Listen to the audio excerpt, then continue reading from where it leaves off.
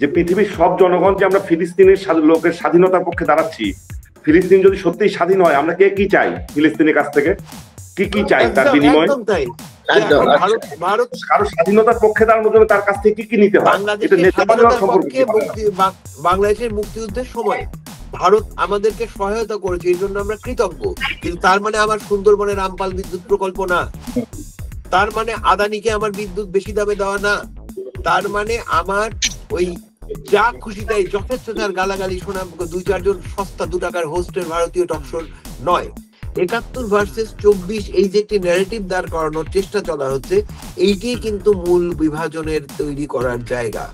71-এ যখন আমার মেয়ে লড়াই করছে, সুমনের বাচ্চা লড়াই করছে, আবু সাইদ জীবন দিচ্ছে, আরেকজন আহত হচ্ছে, এখানে কেউ কিন্তু কেউ কারো পারিবারিক বা কেউ কারো রাজনৈতিক পরিচয় খোঁজেননি।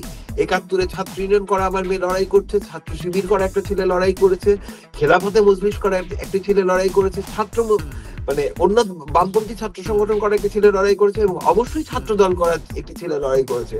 তখন তাদের কাছে লড়াইটি মুখ্য ছিল, প্রতিপক্ষ মুখ্য ছিল, তাদের কাছে কিন্তু রাজনৈতিক পরিচয়টি মুখ্য ছিল না।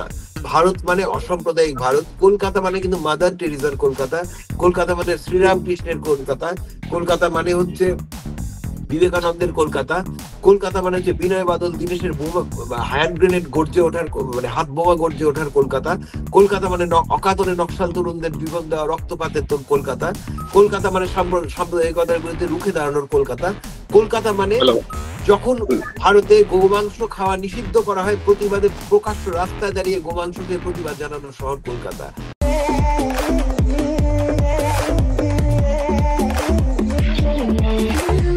আপনি বাংলাদেশের বাসিন্দা নাকি ভারতের?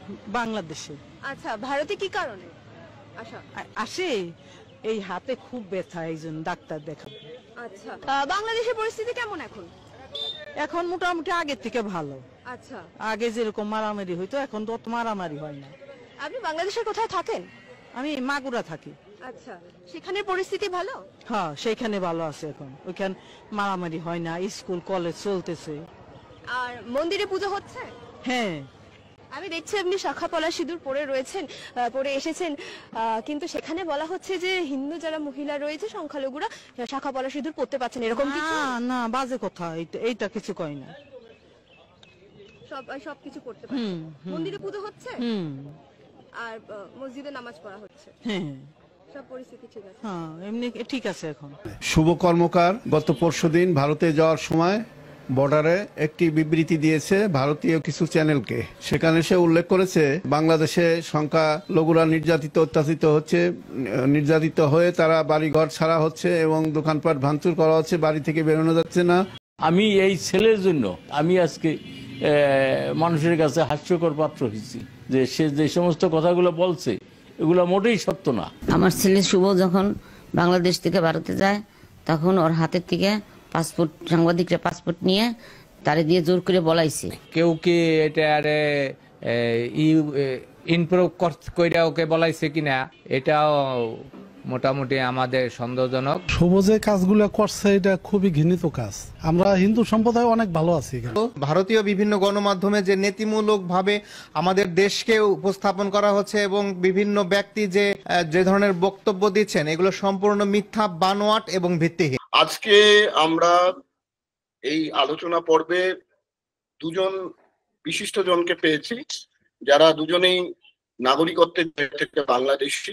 তারা তো আজকে যে পরিস্থিতির মধ্যে এবং যে প্রেক্ষিতে আলোচনা পর্ব শুরু করতে চলেছি, সেটা একটা অদ্ভুত টানাপোড়েনের মধ্য দিয়ে আমরা যাচ্ছি। আপনারা জানেন, যারা এই আজকের এই পডকাস্ট দেখছেন, আপনারা অদ্ভুত রকমের নির্দেশ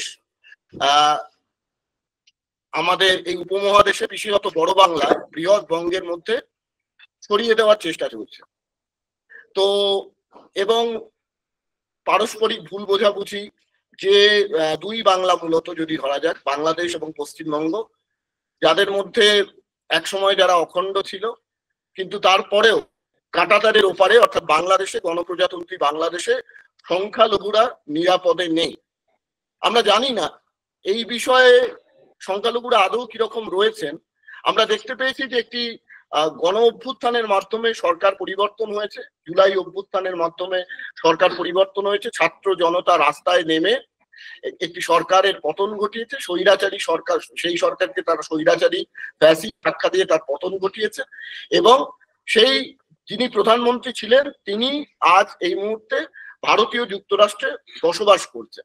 এবং তার পরবর্তী সময় বিভিন্নভাবে পশ্চিমবঙ্গের গণমাধ্যমে একটা জিনিস ভেসে আসছে যে বাংলাদেশের সংখ্যালঘুরা নিরাপদে নেই। আমরা এই বিষয়ে খোঁজ খবর করতে আসলে বিষয়টা কি সেই বিষয়টা জানতে আমাদের মধ্যে দুজন বিশিষ্ট নাগরিককে পেয়েছি। অঞ্জন রায়, যিনি পেশায় সাংবাদিক, যিনি দীর্ঘকাল যাবৎ আনন্দবাজার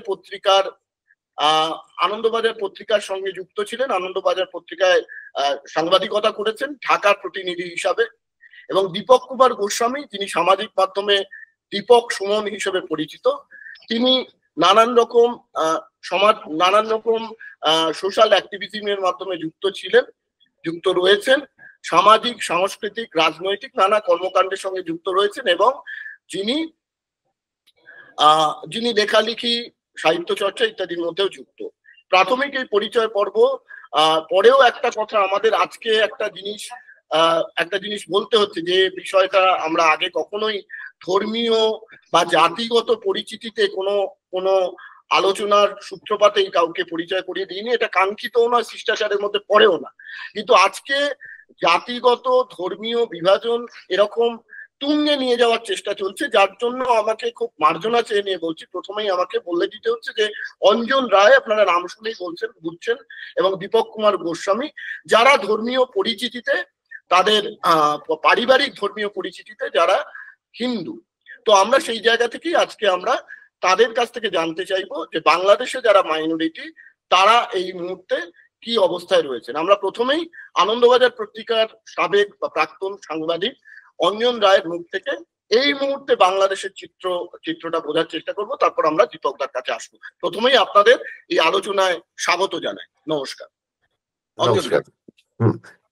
প্রথম কথা হচ্ছে, আমি কিন্তু আনন্দবাজার ছেড়েছি, আনন্দবাজার আমাকে ছাড়তে চাইনি, কারণ হ্যাঁ, আমি এটা একটু ব্যাখ্যা করে নিই যেহেতু স্কোপটা এসেছে।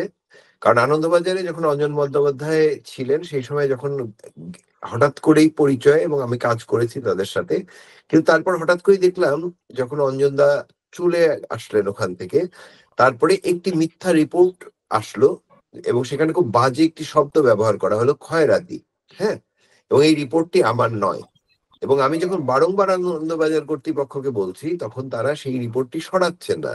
পঞ্চম দিনে বা ষষ্ঠ দিনে যখন আমি জনগণের কাছে গালি খাচ্ছি, কারণ আমার দেশটা তো আগে, হ্যাঁ, এবং আমার দেশকে নিয়ে অসম্মানজনক একটি মিথ্যা রিপোর্ট যখন আসছে, তখন আমি বাধ্য হয়ে এবং তাদের সাথে যখন বলি যে আমি কি আদালতে যাব আপনাদের বিরুদ্ধে, এবং অতঃপর আমার মনে হয়েছে যে আনন্দবাজার প্রতিষ্ঠান হিসেবে যতটুকু উঁচু, নিচতার দিক থেকে ঠিক ততটুকুই নিচু, যে কারণে তাদের সাথে কাজ করাটা আমার রুচিতে বেঁধেছে, আমি কাজ করিনি।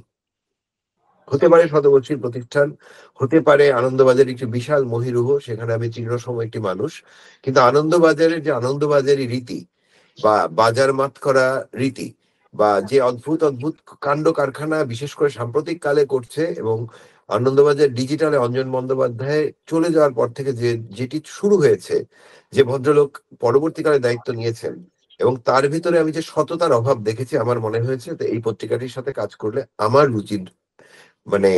রুচির মান কমে। এই কারণে আমি আনন্দবাজার ছেড়ে দিয়েছি, এবং ওদের কাছে আমি এখনো এক গাদা পয়সা করি পাই। ওরা এত ধনী কিন্তু আমার পাওনা টাকাটিও দেয়নি।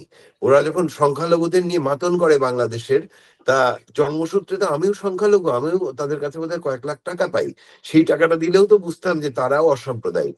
আমি কিন্তু এই লেন্স থেকে আনন্দবাজারকে একটি সংখ্যালঘু নিপীড়ক হিসাবেই দেখবো, এর বাইরে দেখবো না।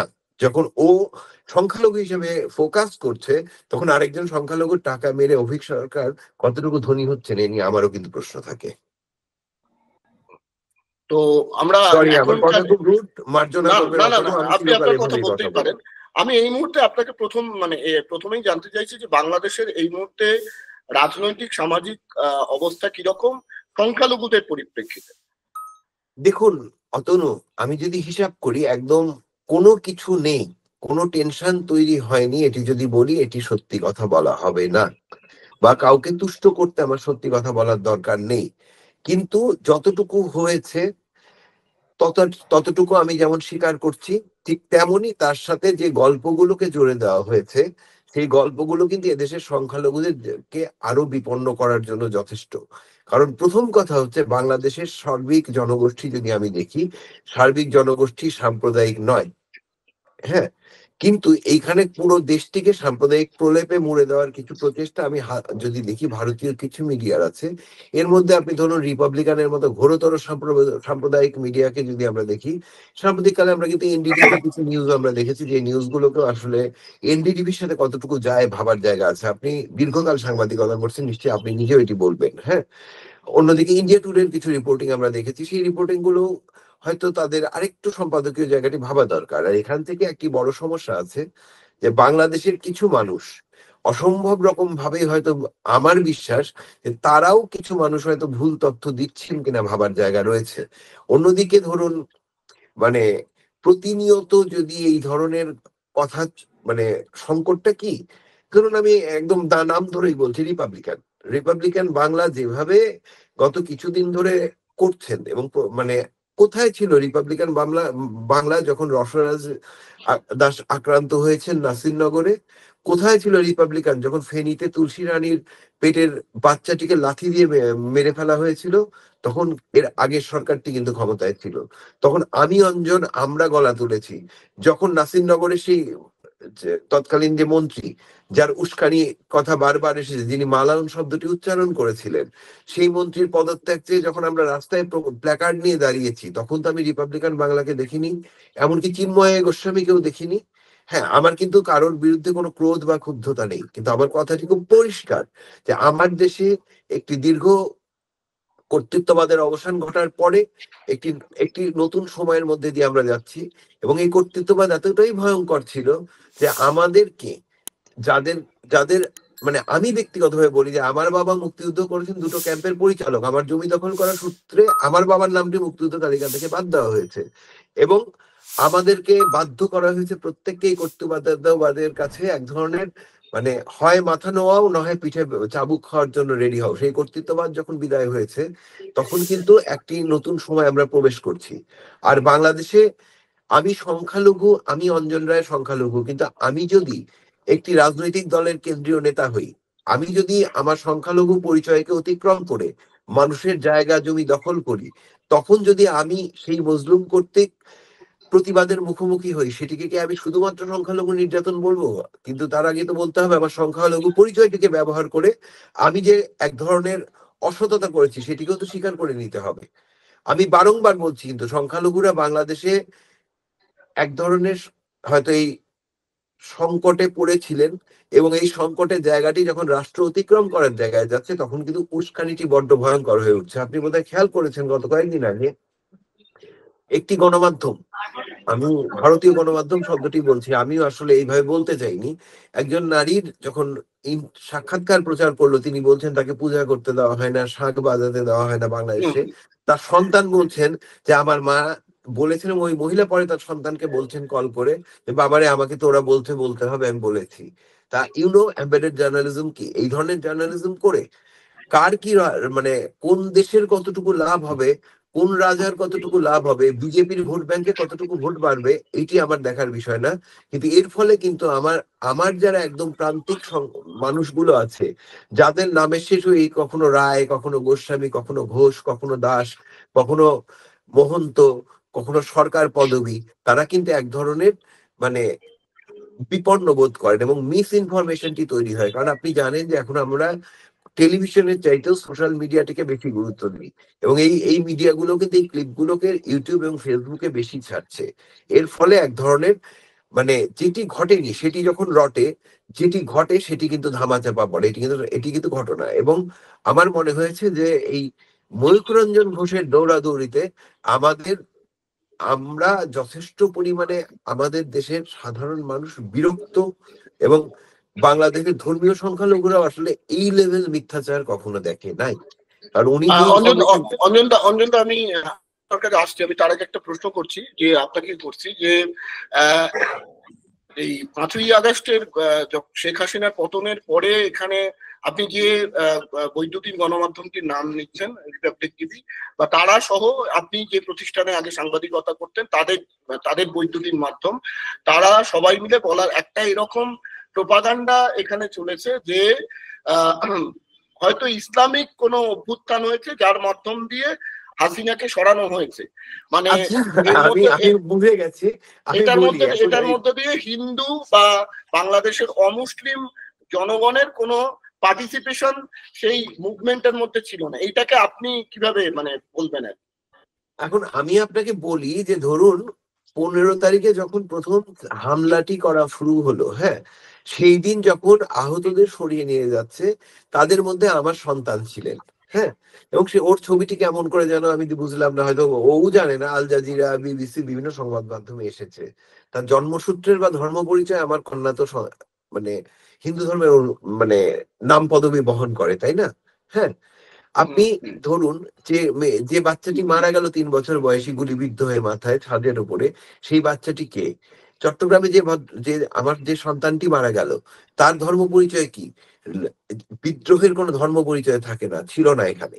হ্যাঁ, এই কর্তৃত্ববাদেরও যেরকম স্থাবকরা বিভিন্ন ধর্ম বর্ণের একখানে হয়ে কর্তৃত্ববাদকে স্থাবকতা করেছে, এই কর্তৃত্ববাদের বিরুদ্ধে যারা রুখে দাঁড়িয়েছে তারাও কিন্তু ধর্ম বর্ণ নির্বিশেষে ছিল। কিন্তু এটিকে শুধুমাত্র একটি মানে ইসলামিস্টরা করেছেন বলে এইটিকে যে রং দেওয়ার চেষ্টা করছেন ভারতের কিছু কিছু গণমাধ্যম, আমি কিন্তু সকল গণমাধ্যম বলবো না, কারণ ভারতের অনেক গণমাধ্যম কিন্তু সত্য কথাটিও বলছেন, হ্যাঁ, কিন্তু সেই জায়গাটিতে দাঁড়িয়ে এইটি দুঃখজনক। এবং এটি কিন্তু আসলে এই যে দ্রোহকে, এই যে অভ্যুত্থানকে বা এই যে বিপ্লবকে, এই যে তারুণ্যের দুহাত দুপাশে টান করে দাঁড়িয়ে যে মৃত্যু, সেই আবু সাইদের মৃত্যুকে, আমাদের প্রতিটি মৃত্যুকে ছোট করে দেওয়ার জন্য একটি উদ্যোগ বলে আমার কাছে মনে হয়েছে। এটি মোটেই সাম্প্রদায়িকতার কোনো উত্থান নয়, এটি মানুষের ক্রোধের উত্থান ছিল। আমি দীপকদার কাছে আসি। দীপকদা বঞ্চিত মানুষের ক্রোধের, মজলুম মানুষের ক্রোধের মাধ্যম ছিল। আচ্ছা, দীপক সুমন বা দীপক কুমার গোস্বামী, তিনি সম্প্রতি সামাজিক যোগাযোগ মাধ্যমে মূলত ফেসবুকে একটি তালিকা প্রকাশ করেছেন যে জুলাই অভ্যুত্থানে, গণ অভ্যুত্থানে হিন্দু কারা কারা শহীদ হয়েছিলেন। তো উনি তার কাজের সূত্রে এই গণ অভ্যুত্থানের সঙ্গে তার যোগাযোগ ছিল, তিনি মানে একেবারে সামনে থেকে দেখেছেন। আমি প্রথমেই এই প্রশ্নটা আপনাকে করব যে এই জুলাই অভ্যুত্থানের মধ্যে অমুসলিম মানুষের পার্টিসিপেশনের জায়গাটা একটু যদি বলেন,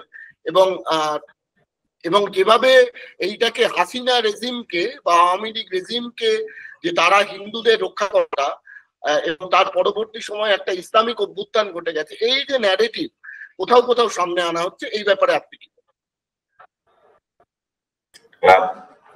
ধন্যবাদ আপনাকে। মানে এই যে ন্যারেটিভের কথা বলছেন, হিন্দু ন্যারেটিভ, মুসলিম ন্যারেটিভ, এই জায়গাটা আসলে তৈরি করাটাও একটা ভয়ঙ্কর জায়গা তৈরি করা হচ্ছে। মানুষকে আলাদা, আবার হিন্দু মুসলিম আলাদা করবার যে চেষ্টা। ইনফ্যাক্ট আপনি যে লিস্টের কথা বললেন, এটা জুলাই ম্যাসাকার আর্কাইভের, এটা আমার তৈরি করা লিস্ট না, জুলাই ম্যাসাকার আর্কাইভ নামে একটা প্ল্যাটফর্ম থেকে করা হচ্ছে, সেটা আমি শেয়ার দিয়েছিলাম। শেয়ার দেওয়া বা এই যে আজকে একজন হিন্দু নাগরিক হিসেবে আপনার এই আলোচনায় অংশগ্রহণ করা, এই সমস্ত কিছুই আমার জন্য বরং বিব্রত করি, কারণ আমি তো মানুষ হিসেবেই এই কথাগুলো বলতে চেয়েছিলাম। মানে মানে এইরকম যদি জায়গাটা হতো যে আমরা অনেক মানুষ একসাথে এইভাবে কথাগুলো বলছি, হিন্দু হয়ে কথা বলতে হচ্ছে না, কিন্তু কৌশলগত কারণে আবার তাই হচ্ছে। কেন, কিরকম? আমি তো শেয়ার দিলাম হিন্দু শহীদদের তালিকা, কারণ যেই মিডিয়া অনেক বড়, আমাদের তুলনায় অনেক বড়, তাদের ব্রিজ বড়, তাদের ইনভেস্টমেন্ট বড়, আকারে বড়, আকৃতিতে বড়, কর্পোরেশনে বড়, সেই মিডিয়া আমাদেরকে বিট করতে হচ্ছে আমাদের এই দেশের মানুষকে। সেই মিডিয়া বলতেছে যে এখানে এটা একটা ইসলামিস্টদের আন্দোলন, এখানে আন্দোলনের পরে হিন্দু নারী পুরুষ নারীরা শাখা সিঁদুর পড়তে পারছে না, এই ধরনের ইন্টারভিউ প্রচার করে এখানে একটা পরিস্থিতি তৈরি করবার চেষ্টা করছে, যেটা দীর্ঘকাল ধরে আসলে পরিবর্তন যদি বলা যায় তাহলে এইটুকু পরিবর্তনই হয়েছে এতদিন পরে, যে আওয়ামী রেজিমের সাথে অনেক হিন্দু মুসলিম বৌদ্ধ খ্রিস্টান সব ধর্মের, শুধু মুসলিমরা তো নয়, বৌদ্ধ খ্রিস্টান হিন্দু সব ধর্মের, নানা ধর্মের নানা বর্ণের গণ অভ্যুত্থানে সকল ধর্মের মানুষ একসাথে একটা বিষয়ে এক হয়েছিল যে এই ফ্যাসিস্ট রেজিমের পতন চায়। এবং সেখানে রাজনৈতিক মতাদর্শের জায়গা থেকে যদি বলি যে ডানপন্থী, বামপন্থী, মধ্যপন্থী, উদারপন্থী সকল মানুষ এক দফা যখন হয়ে গেছে যে হাসিনার পতন চাই, তখন আমরা অনেক প্রথম দিকে হয়তো অনেক রাজনৈতিক শক্তির আমরা অ্যাক্টিভ পার্টিসিপেশন ছিল না, যখন এটা শুধু শিক্ষার্থীদের আন্দোলনের মধ্যে সীমাবদ্ধ ছিল। যখন ফ্যাসিস্ট রেজিম অকাতরে দেশ জুড়ে মানুষের লাশ ফেলতে শুরু করে, অকাতরে শহীদ হতে থাকে আমাদের বিশ্ববিদ্যালয়ের বা কলেজের শিক্ষার্থীরা, মানুষ এবং জনতাও, একটা শিশু বাচ্চা রিয়া গো ছাদে খেলছিল, হেলিকপ্টার থেকে ছাদে সেই বাচ্চাটাকে গুলি করে মেরে ফেলা হয়। এরকম নানা ঘটনা ঘটার পর নিঃসন্দেহে ধর্ম বর্ণ নির্বিশেষে সবাই পথে নেমে এসেছে, ফ্যাসিস্টের পতন চেয়েছে। এবং আমি নিজের কথাই বলতে পারি যে আমার আত্মীয় স্বজনের মধ্যে অনেকে একদম সরাসরি গুলির মুখে দাঁড়িয়েছে, গুলির মুখে থেকে বেঁচে এসেছে, বা কেউ পাশে মানে শহীদ হয়েছে, তার ডেড বডি টেনে নিয়েছে। এরকম আমার আত্মীয় স্বজনের মধ্যে আমাদের অনেকেই আমরা নিজেরাই প্রত্যক্ষ অনুভূতি সেগুলি নিয়েছি। কিন্তু বিষয় হচ্ছে যে আপনি একটা মানে একটু আগে অঞ্জন রায়কে জিজ্ঞেস করছিলেন যে উনি তো অবশ্যই মানে একজন সাংবাদিক হিসেবে, বিচক্ষণ সাংবাদিক হিসেবে নিঃসন্দেহে অনেকগুলি বলেছেন। আমি অঞ্জন রায়ের সঙ্গে একটু যোগ করতে চাই যে মানে এই মুহূর্তে নিঃসন্দেহে একটা সময় আমরা অতিক্রম করছি। যদি বলি যে ধর্মের পার্সপেক্টিভে, আমাদের বাংলাদেশের যে মানুষগুলো আমরা 5ই আগস্টের পরের ঘটনায় দেখলাম, যখন আবার এই দেশে হিন্দু মুসলিম একটা দাঙ্গা লাগানোর চেষ্টা করা হলো বিভিন্ন রকমের 5ই আগস্টের পরপরই, তো মসজিদ থেকে এলান আসলো যে আমাদের হিন্দু যারা তাদের বাড়িঘর বা অন্য ধর্মের যাদের মানুষ তাদের বাড়িঘর, মন্দির, উপাসনালয় এগুলিকে রক্ষা করো। এবং আমরা দেখলামও বিভিন্ন জায়গায় বাংলাদেশের বিভিন্ন প্রান্তে মানে মুসলিম ধর্মের বা ইসলাম ধর্মের অনেকে রাতভর মন্দির বা হিন্দুদের পাহারা দিচ্ছে।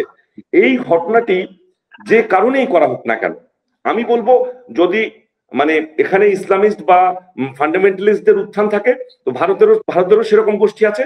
ভারতের সেই গোষ্ঠী এতটা আগ্রাসী অবস্থায় আছে যে শুধু ওই দেশে না, এই দেশেও তার অ্যাক্টিভিটিস চরম কায়দায় চালিয়ে মানে একটা চরম মাত্রায় কাজ চালিয়ে যাচ্ছে। আর আমাদের এখানকার যেই ফান্ডামেন্টালিস্ট অংশ, তারা এতটাই ব্যাকফুটে খেলছে যে তারা এখন পরিস্থিতির কারণে যখন বুঝতে পেরেছে এই দেশের মানুষের মধ্যে এই ধরনের একটা সম্প্রীতির ঐক্য তৈরি হয়েছে এই ফ্যাসিস্ট রেজিমের পতনের সময়, সেই ঐক্যটা সঙ্গে তারা মার্চ করতে গিয়ে তারা মন্দিরের পাহারা দিচ্ছে, তারা হিন্দুদের সম্পত্তি ঘর বাড়ি আগানো, এই ঘটনাগুলি আগে ঘটেনি। কিরকম, যেই রকম চট্টগ্রামের আদালতে যখন একজন আইনজীবীকে খুন করা হলো প্রকাশ্য দিবালোকে, আমরা সারাদিন সারা রাত মিডিয়ার মাধ্যমে জানতাম যে হিন্দুরা এই একজন ইসলাম ধর্মের লোককে, আইনজীবীকে হত্যা করেছে, এবং প্রথম তো এরকমও জানা গেল কুপিয়ে হত্যা করেছে। যাই হোক, বিভিন্নভাবে এটা রাতভর এইভাবে এই উদ্বিগ্নতায় কাটালাম যে যেহেতু হিন্দুরা একজন ইসলাম ধর্মের লোককে আদালত চত্বরে কুপিয়ে হত্যা করেছে, তার মানে এইটার ইফেক্ট গ্রামে গঞ্জে বিভিন্ন জায়গায় এটাকে ট্যাকেল করা বেশ টাফ হবে। এবং আমাদের সরকারের হাতে তো আইন শৃঙ্খলা পরিস্থিতি এখন বেশ নাজুক, মানে গণ অভ্যুত্থান পরবর্তী যা হয় দেশে দেশে কালে এটা হয় যে আইন শৃঙ্খলা পরিস্থিতি সহসা মানে নিয়ন্ত্রণে অতটা রাখেও না। তো এবং আমরা দেখলাম আইন শৃঙ্খলা পরিস্থিতি কিচ্ছু লাগেনি, আমাদের দেশের মানুষের রাজনৈতিক ম্যাচুরিটি আমি বলবো যে এই লেভেলের এই অভ্যুত্থান এই জায়গায় নিয়ে গেছে যে তারা সবাই সেই দিন সেই রাত পার করেছে, কোথাও কোনো গ্রামে, কোথাও কোনো হিন্দু বাড়িতে কোনো রকমের অত্যাচার নির্যাতন কিচ্ছু হয়নি সেই দিন। এবং পরের দিন সকালে না আমরা জানতে পারলাম যে না, কোনো হিন্দু কেউ জড়িত ছিল না ওই খুনের সঙ্গে, ওই আইনজীবী খুনের সঙ্গে জড়িত ছিল না। কিন্তু তার আগের রাতেই তো সব হয়ে যেতে পারতো। আগের বাস্তবতায় আমি আমার জ্ঞান সত্ত্বে যে বাস্তবতা যে বাংলাদেশ দেখে এসেছি, বা এই যে নাসিরনগরের কথা বললেন, সেই নাসিরনগরের ঘটনাও ছোট্ট একটি ঘটনা, একটা ফেসবুক পোস্ট যেটা সে দিতেও জানে না, রসরাজ, সেখানে ফেসবুক ব্যবহার করতে পারতো না, তাকে দীর্ঘকাল ওই ডিজিটাল সিকিউরিটি অ্যাক্টে তাকে হাজতে রেখে দীর্ঘ সময় হাজতে রেখে এবং তা নিয়ে গোটা গ্রাম জুড়ে হিন্দুদের উপর নানা রকম অত্যাচার, সেটার সাথে অঞ্জনরা বললেন যে সরকারি দলীয় এমপি মন্ত্রী সবাই প্রত্যক্ষ মদতে সেখানে ঘটনাগুলি তৎকালীন মৎস্য ও পশু প্রাণী সম্পদ মন্ত্রী প্রয়াত হয়েছেন সাইদুল হক নিজে মালাউন বলে গালি বলেছিলেন। তিনি মালাউন বলে গালি দিয়েছিলেন পতাকা ওড়ানো মন্ত্রী থাকা অবস্থায়। তিনি বাংলাদেশ আওয়ামী লীগ করতেন, এটি মনে রাখতে হবে। সাম্প্রদায়িক দাঙ্গা হয়, আমি একটু ধরিয়ে দিচ্ছি। হাতিয়াতে যখন কমিউনাল টেনশন তৈরি হয়, সেই টেনশন যারা তৈরি করেছিল তাদেরকে শামসুল হক টুকু নিজে প্রমোট করে সাথে নিয়ে ঘুরেছে, এটি ইতিহাস। শামসুল হক টুকু এই সরকারের স্বরাষ্ট্রপতি, মানে এই সরকার নয়, বিগত সরকারের স্বরাষ্ট্র প্রতিমন্ত্রী ছিলেন শামসুল হক টুকু, ডেপুটি স্পিকার ছিলেন যতদূর সম্ভব। তার আগে জেলা আওয়ামী লীগের উকিল এবং জজ কোর্টের, জেলা আওয়ামী লীগের সেক্রেটারি এবং জজ কোর্টের উকিল থেকে এই উত্থান ছিল তার। সুতরাং এই ইতিহাসগুলো আমাদের ভুলে গেলে চলবে না, যে সাম্প্রদায়িকতার ক্ষেত্রে অতীতে কিছুই ঘটেনি, এখনই ঘটছে, এটি যারা বলছেন, এই ন্যারেটিভ যারা তৈরি করছেন তারা আসলে বড় সাম্প্রদায়িক। জি, আমি বলি যে আমি আমার জ্ঞান সত্ত্বে বরং বারবার দেখা যাচ্ছে ইন্ডিয়াতে কোনো একটা ঘটনা ঘটেছে, সেইটার এফেক্ট আমাদের বাংলাদেশে ঘটছে। আর বাংলাদেশের চট্টগ্রামের কোর্ট চত্বরের ঘটনা ঘটার পরও এটার এত বড় সাম্প্রদায়িক এফেক্ট বা ফান্ডামেন্টালিস্টদের ওই ধরনের অ্যাক্টিভিটিস, যে রাতের মধ্যেই গ্রামের পর গ্রাম জ্বালিয়ে দেয়া বা গ্রামের হিন্দুদের গ্রামের বাড়িতে লুটপাট করা, এইরকম কোনো ঘটনা যে না ঘটা, এইটা আমি বলবো একটা বিরাট একটা ম্যাচুরিটির পরিচয়। এবং যে আইনজীবী মারা গেলেন তার বাবা বিবৃতি দিয়ে বললেন, শান্ত থাকতে বলেছিলেন, ধৈর্য ধরতে বলেছিলেন। একদম। আমি কথা বলতে পারি, কিন্তু শুধু এইটাই কিন্তু কারণ বলে আমার মনে হয় না। আমার কাছে মনে হয় যেন আমরা এমন একটা জায়গায় দাঁড়িয়ে আছি যে সামনে কোনো একটা সময় আমাদের রাজনৈতিক দলগুলো নির্বাচনের প্রস্তুতি নিচ্ছে অভ্যুত্থানের পরবর্তী। এই সময়টা না সামহাউ আমরা যারা মনে করি যে নির্যাতিত নিপীড়িত মানুষ, একদম সমাজের প্রান্তিক মানুষ, অন্য সব সময়ের তুলনায় যখন ওদের ভোট দরকার, টাইমটা পার করি যে রাজনৈতিক দলের ভোট দরকার, সেই সময়টা বরং বেটার যায়। এবং সেই জন্য এখন সব রাজনৈতিক দল এতটা অসাম্প্রদায়িক, এতটা সম্প্রীতি ভাব আচরণ করছে তাদের রাজনৈতিক কমান্ডের মধ্য দিয়েও, যে নির্বাচন পরবর্তী, আমার নির্বাচন পূর্ববর্তী সময়টা আমার কাছে মনে হয় বাংলাদেশের আগামী নির্বাচন পূর্ববর্তী, সেটা যখনই হোক না কেন, তার আগ পর্যন্ত হয়তো এই ধৈর্য আমাদের ধরে রাখা সম্ভব হবে। কিন্তু আমি এখনো সন্দিহান, যে যায় লঙ্কায় সেই হয় রাবণ।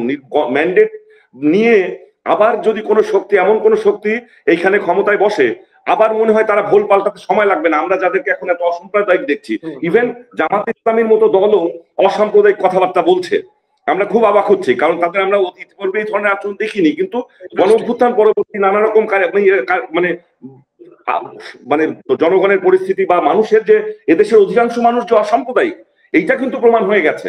আমি মনে করি সেই চাপটাতেই কিন্তু তারা অসাম্প্রদায়িক আচরণ করছে।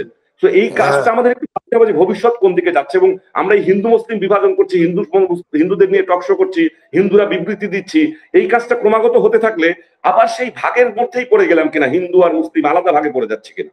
অবশ্যই এখানে দুটো ব্যাপার আছে। আমি জানি আমার এই কথাটি প্রচন্ড বিতর্ক হবে এবং আমাকে এর কারণে অনেক আজে বাজে ট্যাগ দিতে হবে, পেতে হবে। আমি তারপরেও বলি, সুমন, বাংলাদেশের যদি আমি আমার জ্ঞান হওয়ার পর থেকে যে বাংলাদেশটি দেখেছি, 90-এর ঘটনা বলি আমার মনে আছে, সক্রিয় ছিলাম তখন, জামাতে ইসলামী কিন্তু কখনো সাম্প্রদায়িক কোনো উস্কানির সাথে সম্পৃক্ত হয়নি।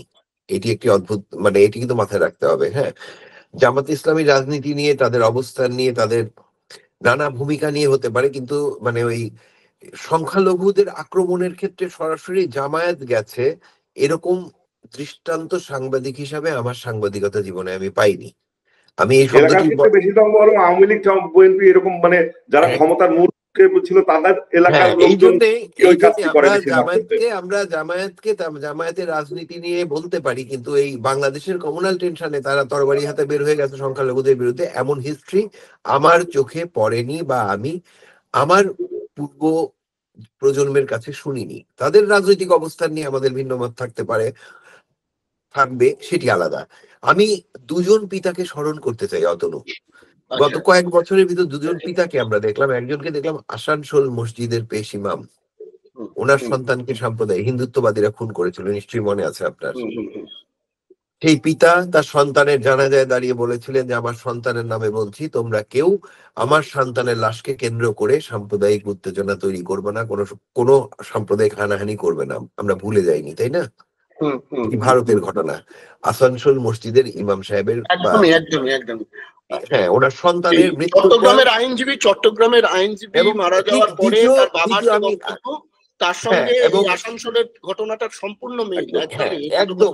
এবং দ্বিতীয়টা হচ্ছে চট্টগ্রামের আইনজীবীর পিতার কে দেখলাম বলতে শুনলাম যে আমার সন্তানকে নিয়ে কোনো হানাহানি না। আমি একজন মানুষ হিসাবে নতজানু হই এই পিতাদের কাছে, কারণ আমিও পিতা। সন্তানের সামান্য একটি পিঁপড়ে কামড় দিলে তার কেমন লাগে পিতার বা মায়ের সেটা আমরা বুঝি, সেই বাবা এই কথাটি বলতে পারছেন। অন্যদিকে যদি আমি দেখি, ধরুন আমি কিন্তু নাম ধরে ধরে সমালোচনা করছি, আমি খুব দায়িত্ব নিয়ে করছি, আমি রিপাবলিকানের নাম বলেছি, এবার আরেকজনের নাম বলছি, শুভেন্দু অধিকারী। ভুল ভাল বাংলা উচ্চারণে ভদ্রলোকের আসলে সুমন তো ভালো বাংলায় কথা বলে, সুমন পারলে ওনাকে বাংলাদেশে 15 দিন একটা ক্লাস নিও বাংলা উচ্চারণের, হ্যাঁ, কারণ বড্ড সব অর্থের উচ্চারণ জঘন্য। পিওর বাঙালি কিনা আমার ধারণা না, এই ভদ্রলোকের বাংলা উচ্চারণ এত কুৎসিত যে শুভেন্দু অধিকারীর বাইট নেওয়ার আগে টেলিভিশনে যারা বুম ওর সামনে ধরেন, হয় বুম দিয়ে ওর মুখে একটা ধাক্কা দেওয়া দরকার, অথবা বলা হচ্ছে স্টুপিড, তুমি সঠিক বাংলায় কথা বলো। এর জন্য শুভেন্দু অধিকারী কালকে আমাকে বকলে আমার কাজ করা যায় আসে না, হ্যাঁ, কারণ সাম্প্রদায়িকতা যারা ছড়ায় তারা হচ্ছে সমান ঘৃণার্হ। এরকম আরেকটি বস্তুকে আমি পেয়েছিলাম কলকাতায় গিয়ে, একটি টেলিভিশনে আমার একটি টক শো ছিল, সেখানে মিস্টার দিলীপ ঘোষ বোধহয় নাম, নয় এরকম একটা আছে না, বিজেপি দিলীপ ঘোষ, হ্যাঁ বিজেপি দিলীপ, দিলীপ ঘোষ, এটা বিজেপি নেই, এটা কি হিন্দু রক্ষা মঞ্চ টঞ্চ টাইপের কি একটা যেন, হ্যাঁ। তো এই ভদ্রলোক প্রচন্ড ভুলভাল বকছিলেন, তা ওনাকে আমি শটান, এবং ওইখানে আমার সাথে ছিলেন যে খুব বড় প্যানেল, ফুরফুরে শরীফের পীর সাহেব ছিলেন, তারপরে পীরজাদা যিনি খুব আলোচিত হলেন সাম্প্রদায়িক রাজনীতিতে, তিনি ছিলেন, খুব বড় প্যানেল ডিসকাশন। তা আমি বললাম যে ভাই, আপনার সব কথা মানতে রাজি আছি, যেমন আজকে আমি বলবো যে শুভেন্দু অধিকারী তখন কথা বলার রাইট রাখে যখন মোহাম্মদ আখলাকের খুনের প্রতিবাদ করে, শুভেন্দু অধিকারী তখন কথা বলার অধিকার রাখে যখন গ্রাহাম স্টুয়ার্ট স্টাইনের খুনের প্রতিবাদ করে, না হলে পরে শুভেন্দু অধিকারী যখন কথা বলতে আসবে বাংলাদেশ নিয়ে, এবং হাতে টানা 6000 রিক্সা কি শুভেন্দু অধিকারীর বাবা দিয়েছে? বাংলাদেশ অন্তত পক্ষে কখনো দ্য সিটি অফ জয় যে রিক্সার বিবরণ পড়ি আমরা, আমাদের লেখক কে যেন ছিলেন, সিটি অফ জয় ভুলে যাই আজকাল, বয়স হয়েছে, হ্যাঁ, সে হাঁটরি চালাচ্ছেন রিক্সা, সেই হাতে টানা রিক্সা ঢাকা শহরে চলে না, পেডাল রিক্সা চলে ঢাকা শহরে, অথবা ইঞ্জিন চালিত রিক্সা চলে, এবং কতখানি উস্কানিতে ঢাকা থেকে 6000 রিক্সা আসছে শুভেন্দুর ঘাড়ের পর চড়তে, না? এই ধরনের উত্তেজনা কেন উনি সৃষ্টি করবেন? শুভেন্দুর বাবা বাংলাদেশকে সহায়তা করেননি, শুভেন্দু বাংলাদেশকে সহায়তা করেছে ভারত রাষ্ট্র, এবং এর পিছনেও জিও পলিটিক্স ছিল।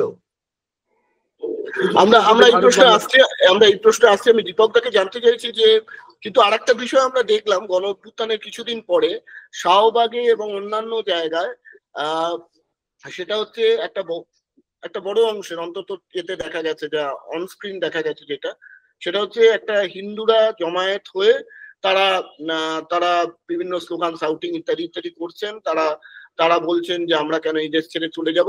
এই পরিস্থিতি বা কেন, মানে যেটা নিয়ে আমাদের এখানেও বিভিন্ন লোকজন উদ্বেগ প্রকাশ করছেন, এখানকার কিছু মিডিয়া এটা নিয়ে এইটাকে আবার আরো বাড়িয়ে তিলকে তাল করে আরো কিছু কথা বলার চেষ্টা করছেন, সেটা পরের কথা, কিন্তু এই পরিস্থিতি হলো কেন? আমি তো মানে বয়স সঞ্জন হওয়ার মতো অত বেশি না, কিন্তু আমি আমার জন্মসূত্রে জন্মের পর থেকে জ্ঞান হওয়ার পর থেকে এই পরিস্থিতি তো সবসময় দেখছি, মানে নির্বাচন হওয়ার পর বা একটা সরকার বদলের পর একটা কিছুর পর এই পরিস্থিতিটাই তো দেখছি সবসময়। মানে বরং এইবার যেটা হয়েছে যে আমরা মানে ঘটনা ঘটলো কোথাও, ঘটনা অবশ্যই অনেক, মানে বাংলাদেশের কোথাও না কোথাও কিছু না কিছু জায়গায় হিন্দুদের উপর নির্যাতন অত্যাচার যেটা হয়ে থাকে সেটা হয়েছে, তুলনামূলক বলবো অন্যান্য সময়ের তুলনায় এত কম, এবং সেটার তুলনায় গুজবটা এত বেশি। দেখা যাচ্ছে 5-7টা ঘটনা 10টা ঘটনা ঘটলো, 90টা গুজব তৈরি হলো। এবার 90টা গুজব এত বেশি প্রভাব ফেলছে, আমরা 90টা গুজব মোকাবেলা করতে গিয়ে ওই 10টা ঘটনা যে ঘটেছে ওইটাকে আমরা এগ্রি করি, মানে ওইটার কথা আমরা বলতেও ভুলে গেলাম। এরকম ঘটনা পড়ে যাচ্ছে, এত বেশি মিথ্যা, যে সত্যটি চাপা পড়ে যাচ্ছে। এবং সুমন যেটি বলেছে চমৎকার, যে আর শাহবাগে যারা এক হয়েছে তাদের ইস্যু আর ভারতীয় মানে ওই রিপাবলিকানের ইস্যু কিন্তু এক ছিল না। হ্যাঁ, আর শাহবাগের প্রথম যে মানে এক হওয়া, মানে অবশ্যই অনেক অনেক জায়গায় অত্যাচার হচ্ছে, তার যার জন্য দিয়ে করা, এইবার প্রতিটা শক্তি ওই জায়গাটায় আবার যেটা হচ্ছে, যখনই যার দাবিতে একত্রিত হচ্ছে, ওই ফ্যাসিস্ট রেজিমের যারা গুপ্তচর তারা এসে ওর মধ্যে এসে একটা কিছু করবার চেষ্টা করছে, ওই যখন ওখানে হলো তখন ওখানেও আবার কিছু এরকম যোগ হয়ে গেল। কিন্তু ওই প্রতিবাদটা যখন হলো তার আগে কিন্তু 5 তারিখ হওয়ার পর 6-7-8 এইরকম সময়গুলিতে বাংলাদেশের অনেক অনেক জায়গায় কিছু কিছু বিচ্ছিন্ন হবে, বাংলাদেশের বেশ কয়েক জায়গায় এরকম ঘটনা ঘটেছে। ওই তো বললাম যে ঘটনা তার এত বেশি বাজে ঘটনা, বিশেষ করে ওই যে রিপাবলিক বাংলার মতো মানে স্টুপিড, আমরা কি বলবো, আমি বলি যে আসলে এইরকম মিডিয়া তো থাকবেই, কিন্তু মানে আমরা হয়তো অনেক বেশি পাত্তা দিয়ে ফেলছি এইগুলিকে, মানে এত বেশি এদেরকে ডিসকাস করে ফেলছি, মানে এদের সি ক্লাস মিডিয়াটাকে আমরা মানে কোন এ ক্লাস, যেমন আনন্দবাজারকে নিয়ে আমরা কথা বলতে পারি, এবিপি আনন্দকে নিয়ে কথা বলতেই পারি, কারণ তাদের তো দীর্ঘ ধারাবাহিকতা আছে, মানুষের মানে একটা বড় একটা পাঠক শ্রেণী বা দর্শক শ্রেণী আছে। তো এবং খুব ভ্যালুয়েবল বাংলা ভাষার সাংবাদিকতার ইতিহাসে এটা খুব ইম্পর্টেন্ট। তাদের যে মিথ্যাচার সেটা নিঃসন্দেহে আমরা মানে একদমই জোর গলায় বলতে চাই যে আমরা আনন্দবাজারের কাছ থেকে তো এরকম চিন্তাই করতে পারি না যে আনন্দবাজার কি করে এত ফালতু হয়ে যেতে পারে, রিপাবলিক বাংলার সাথে তুলনা করতে হয় আনন্দবাজারকে। তো আমরা বলি বরং যে এইগুলি কম আলাপ করে আমাদের মানে এই যে আমরা যে আরেকটা ফাঁদে পড়ে যাচ্ছি কিনা, যে আমরা ট্যাকেল করতে গিয়ে আসলে যে আমাদের আসলে এটা তো কোথায় অত্যাচার হয়, একটা অঞ্জনটা মানে বাবা গুরুত্বপূর্ণ কথা বলছে যে যদি কেউ এমন হয় যে সে সরকার, সেটা আওয়ামী লীগের হোক বিএনপির হোক, হিন্দু মন্ত্রী হিন্দু এমপি, তার বাসায় কিন্তু অ্যাটাক হয় না, অ্যাটাকটা হয় কিন্তু দরিদ্র কোনো হিন্দুর বাসায়, গ্রামের কোন হিন্দুর বাসায়, রেপটা হয় কিন্তু দরিদ্র কোনো হিন্দু পরিবারের মেয়ে। তার মানে একটা সচ্ছল টাকাওয়ালা চোরের তো বাড়িতে উঁচু দেয়াল থাকে, গ্রামে যে সে তো নিরাপত্তা বলয় থাকে না, পুলিশ ফোর্স থাকে ওখানে, কিভাবে কি। তারপরে মেইন কথা হচ্ছে টাকার সাথে তো পারা যায় না, এটা তো সম্পর্কটা তো আসলে পুঁজি বা টাকা, কার টাকা আছে কার টাকা নেই। কাছে আসো, পুঁজিটা তো একটা ম্যাটার করে এখানে। অঞ্জনদাকে আমি একটা প্রশ্ন, অঞ্জনদা যেহেতু আমাদের থেকে বা দীপকদার থেকেও বেশ কিছুটা সিনিয়র, আরো আমাদের থেকে অনেক বেশি সময় দেখেছেন, শুধু আজকের পরিপ্রেক্ষিতে না, পশ্চিমবঙ্গে বা এন্টায়ার ভারতে, পশ্চিমবঙ্গের কথাই বলছি, এখানে একটা বিষয় আমরা ছোটবেলা থেকে শুনে এসেছি যে বাংলাদেশ থেকে মানে দলে দলে লোক নানা সময় তারা মাইগ্রেটেড হয়ে এখানে চলে আসছে, উদ্বাস্তু হয়ে চলে আসছে, এবং এইটা এখন এই মুহূর্তে এখানকার মিডিয়ায় যে প্রচার চলছে যে বিভিন্ন বর্ডারে মানুষ জমায়েত হয়েছে, তারা ভারতে চলে আসতে চাইছে, এমনকি এটাও বলা হচ্ছে যে একজন ছাত্রী বোধহয় আসতে চেয়েছিল, বিএসএফ অ্যারেস্ট করেছে, যে ভারতের আদালত, হ্যাঁ জেলে, আমি ভারতের জেলে পৌঁছতে চাই কিন্তু বাংলাদেশে যেতে চাই না। এই বিষয়টা মানে এইটা আপনি কিভাবে দেখেন? আপনার বাবা মুক্তিযোদ্ধা ছিলেন, আপনি দীর্ঘ সময় বাংলাদেশে যথেষ্ট দাপটের সঙ্গে সাংবাদিকতা করেছেন, এবং আপনি একেবারেই, আমাকে গত শেষ 5 বছর সাংবাদিকতা করতে দেওয়া হয়নি অতনু, কারণ বেশি নোয়াতে শির দ্বারাটা অত নোয়ালে বয়স হয়েছে তো ব্যথা লাগে, ওই জন্য করতে পারিনি শেষ 5 বছর সাংবাদিকতা। কিন্তু আপনি যতদিন করেছেন ততদিন দাপটের সাথে করেছেন। সাংবাদিক কখনো অবসরপ্রাপ্ত হয় না, এই বিষয়টা আপনি কিভাবে বলেন? আমি বলি এই বিষয়টাকে আমি দুটো ন্যারেটিভে দেখতে চাই।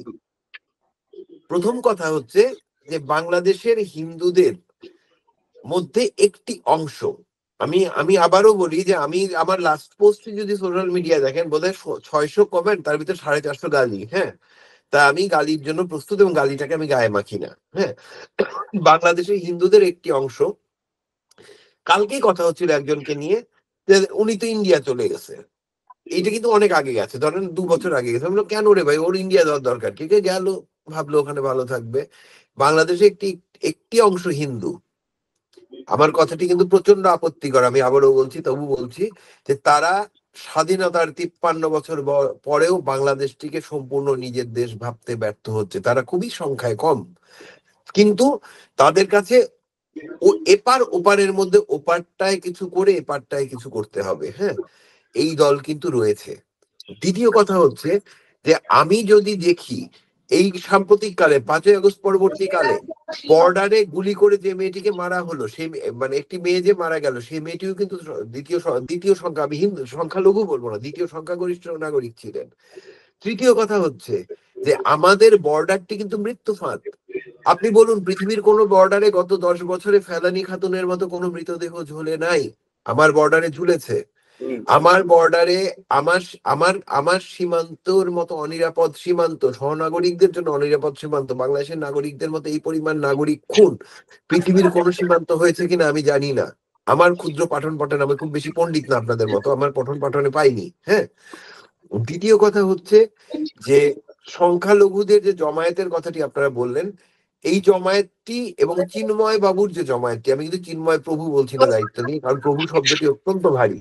হ্যাঁ, রবীন্দ্রনাথের প্রভু তোমার লাগে থেকে শুরু করে, প্রভু শব্দটি খুবই ভারী, উনি আমার প্রভু নন, ওনার শিষ্য বা মুরিদদের কাছে উনি প্রভু হতে পারেন, উনি আমার কাছে চিন্ময় দাস।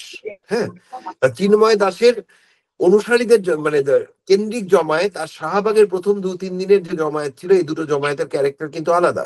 প্রথমে আমাকে এটা হিসাব করতে হবে। হ্যাঁ, এবং সুমন নিশ্চয়ই একমত হবেন, তাই না, যে এই দুটো জমায়েত আলাদা। এবং প্রথম কথা হচ্ছে যে শাহবাগে জমায়েত হয়েছে তাৎক্ষণিকভাবে, শুধু কি মন্দির ভাঙা হয়েছে, এখানে তো বেশ কিছু মাজার ভাঙার ঘটনাও ঘটেছে, তাই না? শুধু কি মন্দির ভাঙা হয়েছে, এখানে তো এখন একটি লোক শাসক দলের সুবিধা নিয়ে পাশের লোকের পর নিপীড়ন চালিয়েছে। আওয়ামী লীগের অনেক নেতাই তো আছেন যাদেরকে কেউ কিছু বলছেন না, কারণ তারা মোটামুটি মানে আওয়ামী লীগ করলেও মানুষকে বিরক্ত না করে চলেছেন, কিন্তু যে লোক দখলদারিত্ব করেছেন, এই ধরনের ঘটনা ঘটেছেন, তাদের উপরে চাপ এসেছে। এবং এটি নিয়ে আমার সাথে মেঘের প্রথমে একটা ডিবেট হয়, আমি এখানে উল্লেখ করি, মেঘমালাকে বলতে তুমি যে এই কথাটা আমাকে প্রথম কিন্তু বলে, ওর কাছ থেকে আমি শিখি, হ্যাঁ জানি। এবং আসলে পরে দেখলাম আমার সাংবাদিকতার চোখেও যে ঘটনাটি এমন, এর মধ্যে কি একদম সাধারণ হিন্দু একজনও আক্রান্ত হননি? হয়েছে, কিন্তু সেটি রিপাবলিকান বাংলার মুখের ময়ূর নাচের মতো অতখানি না। হ্যাঁ, হয়েছে। এবং শাহবাগের যে প্রতিবাদটি ছিল সেটি কিন্তু আপনি যদি ক্যারেক্টার দেখেন, শাহবাগে প্রথম দিন বড় জমায়েত হয়েছে, তারপরে ওখানে মশাল মিছিলটি বড় হয়েছে, কিন্তু চিন্ময় দাস যেদিন গ্রেপ্তার হলেন ওই দিন শাহবাগে কত মানুষের জমায়েত ছিল সুমন? 500। আমি একটু অ্যাড করি, শাহবাগের মিছিলের স্লোগান হয়েছিল দেশ টাকারও বাপের না, মানে ওইটার ওই স্লোগানের ক্যারেক্টারিস্টিক। আর ওখানে বলছে জয় শ্রীরাম, চিন্ময় ওখানে দাসের ওখানে স্লোগান হচ্ছে জয় শ্রীরাম, যে জয় শ্রীরাম স্লোগান আমি আমার আজন্ম কোনোদিন বাংলাদেশে শুনি না। সুমন, বাংলাদেশে কোনোদিন জয় শ্রীরাম কোন স্লোগান ছিল না। আমাদের দেশের রামচন্দ্র কিন্তু দশরথ পুত্র, আমাদের বাংলার রামচন্দ্র কিন্তু অত্যন্ত একটা মানে মানে কোন শক্তির প্রতীক হিসাবে আসে না। আমাদের রামচন্দ্রের ছেলে আমাদের এখানকার রামচন্দ্র যে হচ্ছে সীতার এতে বিলাপ করে, সীতার বিবাহে বিলাপ করে, বিলাপ করে, আবার অগ্নি পরীক্ষায় গিয়ে নিজের স্ত্রীকে মানে মানে মানে অগ্নি পরীক্ষাও দিতে বাধ্য করে। থাক, ওই আলাপ করলে আবার হিন্দুত্ববাদীরা এর ভিতর থেকে খুঁজে দেবে যে আমরা রামচন্দ্রের বিরোধিতা করলাম, দরকার নেই। রামায়ণটা মন দিয়ে ওরা যদি পড়ে, আবার সেখানেও ঝামেলা আছে, কৃত্তিবাসী তুলসীদাসী রামায়ণ কিংবা বাল্মীকি রামায়ণের যদি আমরা অনুবাদের দিকে তাকাই, পুরো কাহিনীটাই অনেক জায়গায় ঘুরে যায়, ও কথা আলাদা। হ্যাঁ, থাক, ওটা দূরে থাক।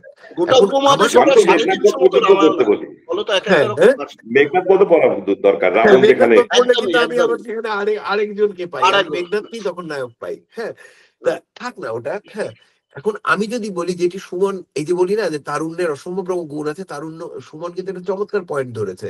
শাহবাগের স্লোগান ছিল দেশ টাকারও বাপের না, চিন্ময়ের স্লোগান হচ্ছে জয় শ্রীরাম। শাহবাগে কিন্তু হনুমানের পতাকা নিয়ে কেউ হুপ হাপ লাফায়নি। হ্যাঁ, ওই হনুমান মার্কা পতাকা কিন্তু আমরা চিন্ময় বাবুর সমাবেশে দেখেছি। হ্যাঁ, এবং ওই হনুমান মার্কা পতাকা কোন রাজনৈতিক দলের আপনি বলুন তো? বজরং বলির কথা কারা বলেন?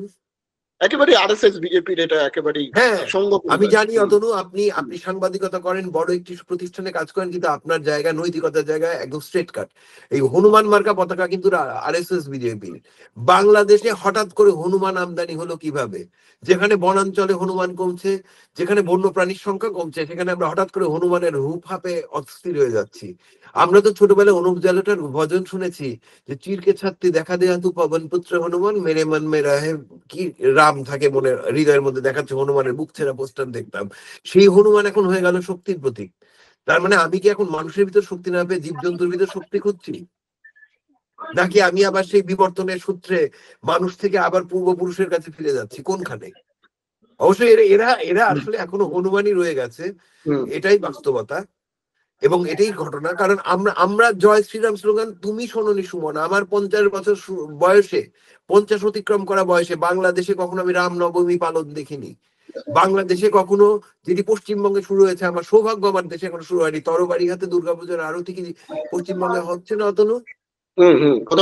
কিন্তু বাংলাদেশে এখন দেখি। হ্যাঁ, অর্থাৎ এইটি হিন্দুত্ববাদ। হিন্দু ধর্ম, হিন্দুত্ববাদ দুটো জিনিস আলাদা। যদি খুব থেকে যায় কেউ, নৃসিংহ প্রসাদ ভাদুরীর ইউটিউব চ্যানেলে হিন্দুত্বটা কি দেখে নিক। এবং ইদানিং আরেকটি শব্দ, যেটি কি সুমন তুমি শুনেছো ছোটবেলায়, সনাতনী। এটাও তো চিন্ময় আমি শুনিনি, আমি কিন্তু শুনিনি। আমি কি শুনেছি যে অমুকরা শাক্ত, অমুকরা সবাই হিন্দু, কেউ শাক্ত, কেউ বৈষ্ণব, কেউ কালাচাঁদি বৈষ্ণব, কেউ হচ্ছে ওই গৌড়ীয় মঠের বৈষ্ণব, কেউ রামকৃষ্ণ মিশনের অনুসারী, কেউ মানে শৈব, অনুসারী, হ্যাঁ ইত্যাদি। কিন্তু হঠাৎ করে এসে গেলে হচ্ছে সনাতনী। সনাতন মানে কি? এখানে কিন্তু একটি পলিটিক্স আছে মারাত্মক রকম, বিজেপির রাজনীতি আছে। আচ্ছা, আমি এখানে এই পয়েন্টে আমি প্রশ্নটা হারিয়ে ফেলবো। এই পয়েন্টে একটা প্রশ্ন আপনাকে করতে চাই, সেটা হচ্ছে যে আমরা পশ্চিমবঙ্গেও দেখেছি ইসকন বহুদিন ধরে আছে, কিন্তু পশ্চিমবঙ্গের জনমানুষে ইসকনের এখনো অব্দিও তেমন কোনো প্রভাব নেই যতটা রামকৃষ্ণ মিশনের আছে বা অন্যান্য বেশ কিছু জায়গার আছে, গৌরী আছে। বাংলাদেশে ইসকন মানে ইসকন বাংলাদেশে এতটা বিরাট প্রভাব বিস্তার, মানে সমস্যাটা তৈরি হলো, এবং ইসকন কেন বাংলাদেশ কেন্দ্রিক, ইসকনের ব্যাপারে আপনাদের কি বক্তব্য? মানে আপনারা কি বলি, আমি উত্তরটি দিচ্ছি। শুনতে পাচ্ছেন অতনু আপনি? হ্যাঁ শুনতে পাচ্ছি, বলুন। জি শুনতে পাচ্ছি। সেটি হচ্ছে রামকৃষ্ণ মিশন গড়ে উঠেছিল কোনখান থেকে হিসাব করতে হবে।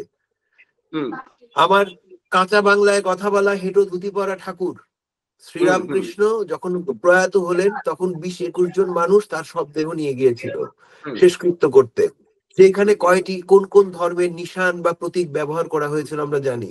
রামকৃষ্ণ মিশনের যে মন্দিরের ওপরে কোন কোন ধর্মীয় প্রতীক ব্যবহার করা হয় আমরা জানি। হ্যাঁ, আর ইসকন কিন্তু বাংলাদেশে মোটেই এতখানি ব্যাপ্ত নয় যতখানি মিডিয়াতে বলা হচ্ছে, পশ্চিমবঙ্গের মিডিয়াতে। হ্যাঁ, বাংলাদেশে ইসকনপন্থী কতজন আছে? এখন সুমন বলো তো, তোমার বৃত্তে কয়জন আছে ইসকনি? না, আমি তো আসলে ওই বৃত্তের লোক না, মানে না, তোমার ধরো আত্মীয় স্বজন, কাকা, জ্যাঠা, মামা, দাদু, পিসি মিলে ইসকনের কেউ আছেন? 5% হবে না, 5% হবে না। এবং ইসকনি কিন্তু নাই। এবং ইসকনকে আমি কখনোই আমি কোন ধর্মীয় প্রতিষ্ঠান বলতে রাজি নেই। এর জন্য আমাকে যদি ইসকনিরা বলে যে ভারত যদি বলে জীবনে কখনো ভারতে প্রবেশ করতে পারবো না, আমার যায় আসে না। ভারত তো আর ইসকন না। হ্যাঁ, ভারত তো আর ইসকন না। ভারত এখনো সংবিধানে মানে একটি মানে সেকুলার কান্ট্রি বলা হয়, তাই না? ভারতীয় সংবিধান বলে। যদিও সেখানে যোগী আদিত্যনাথ মৃতের উপরও উৎসব করতে চায় আমরা জানি। হ্যাঁ, এটিও আমরা দেখেছি। অন্য ধর্মের মৃতকে নিয়েও বাজে কথা যোগী আদিত্যনাথ বলেন। হ্যাঁ, তারপরেও ভারত এখনো সাংবিধানিক ভাবে একটি সেকুলার রাষ্ট্র। কিন্তু আমি খুব পরিষ্কার বলি, ইসকন বাংলাদেশের খুব বেশি হলে 5 থেকে 7% দ্বিতীয় সংখ্যাগরিষ্ঠ নাগরিকদের হয়তো কেউ কেউ অনুসারী। হ্যাঁ, ইসকনের রান্নাটা ভালো, এটা বলতে পারি। ওরা যে রান্নাটা না করে, ওদের রান্নাটা ভালো। হ্যাঁ, ওটা খেতে ভালো লাগে, কিন্তু ওদের আমি সাংবাদিকতার বাইরে বেরিয়ে একটা কথা বলছি। সাংবাদিকতার বাইরে বেরিয়ে চৈতন্যকে কিন্তু ইসকন সম্পূর্ণরূপে বিকৃত করেছে। চৈতন্য নিত্যানন্দের যে দর্শন, তাকে ইসকন সম্পূর্ণ বিকৃত করেছে। আমি ওই জায়গাটিতে এটা নিয়ে আমাদের হিন্দুরাও পরিষ্কার, আমাদের আমি খুব পরিষ্কার ব্যাখ্যা করি। আমার জেলা হচ্ছে কুষ্টিয়া। কুষ্টিয়া পার হলে কি নদিয়া, তাই না? চৈতন্য দেবের ভূমি কোনটি? নদিয়া, তাই না? আমার লালন গাইছেন কি? পাগলের নামটি এমন, বলিতে অধীন লালন ভয় তরাসে, অদৈ চৈতে নিতে পাগল নাম ধরেছে। তা আমার তো আটলান্টিক পার হয়ে প্রভুপাদ বাবুর কাছে গিয়ে বৈষ্ণব ধর্ম শেখার দরকার নাই। আমি কুষ্টিয়া পার হলে আমার মহাপ্রভুর ক্ষেত্র, তাই না? আর যদি বৈষ্ণব ভাববাদের বিকাশের কথা বলি, ভাববাদের বিকাশের ক্ষেত্রে একটি সময়কে আপনার হিসাব করতে হবে। 450 বৈষ্ণব ধর্মের বয়স কিন্তু কম নয়, কিন্তু 450 বছর আগে মহাপ্রভু যখন ডাকটা দিলেন, তাই না? যেখানে হরিদাস থেকে শুরু করে ওই শ্রীরূপ শ্রী সনাতন অর্থাৎ দবির খাস বা ইয়েও যখন চলে আসে দাঁড়াচ্ছেন, ওই যে প্রেমের ডাক, ওই ডাকটি কিন্তু আলাদা বহন করে। ঠিক যেমন খাজা মঈনুদ্দিন চিশতি যখন প্রেমে মানে সুফিবাদের ডাক দেন, সেটি একটি জায়গা কে তৈরি করে, তাই না? এবং এই উপমহাদেশে কিন্তু ভাববাদের যে জায়গা বা প্রেমের যে জায়গা, সেই জায়গাটির জন্য আমাকে কখনোই ইসকনের মাধ্যমে আটলান্টিক পার হয়ে আমেরিকায় গিয়ে ইসকনের কাছ থেকে বুঝে এসে দরকার নেই। ওই হরে কৃষ্ণ বলে জর্জ হ্যারিসন হয়তো ওখান থেকে পেয়েছেন, তার কথা আলাদা। কিন্তু আমার বিশ্বাস ইসকন তো জর্জ হ্যারিসনকে বলছেন, বা আমাদের দেশেরও অনেকে যারা মুক্তিযুদ্ধকে এক ধরনের পুঁজি করেন, তারাও ইসকন প্রশ্নে জর্জ হ্যারিসনকে খুব বড় উপমা বাংলাদেশে দিচ্ছেন, কারণ কনসার্ট ফর বাংলাদেশে জর্জ হ্যারিসন গান গিয়েছিলেন, তাই না? তো জর্জ হ্যারিসন যদি নদিয়াতে আসতেন তাহলে আমার ধারণা তিনি ইসকনের কাছে না গিয়ে নদিয়াতেই খোল বাজাতে থাকতেন। ওনার কাছে মার্কিন যুক্তরাষ্ট্রে বসে উনি আসলে জর্জ হ্যারিসন পেয়েছেন, ওই ইসকনকে ওখানে এসেছেন, তাই না? এবং আমরা আলটিমেটলি মনে রাখতে হবে যে আন্তর্জাতিক কৃষ্ণ ভাবনা সংঘিত বোধহয় বাংলাটি, তাই না? ইসকনের কৃষ্ণ ভাবনামৃত অবলম্বিত সংঘ। তা আমার কৃষ্ণ তো আমার গীতাতেই আমি কর্মযোগ ধ্যান যোগে আমার কৃষ্ণকে আমি পাচ্ছি। হ্যাঁ, আমার কৃষ্ণকে আমি আমার 19টা পুরাণের মধ্যেই শ্রীমদ ভাগবত রয়েছে সেখানে পাচ্ছি। তার জন্য তো আমার তো আসলে ইসকনি হয়ে আসার দরকার নাই। এবং এই যে কাল্টের মতো একটি জীবনযাপন করা তাদের, তাই না?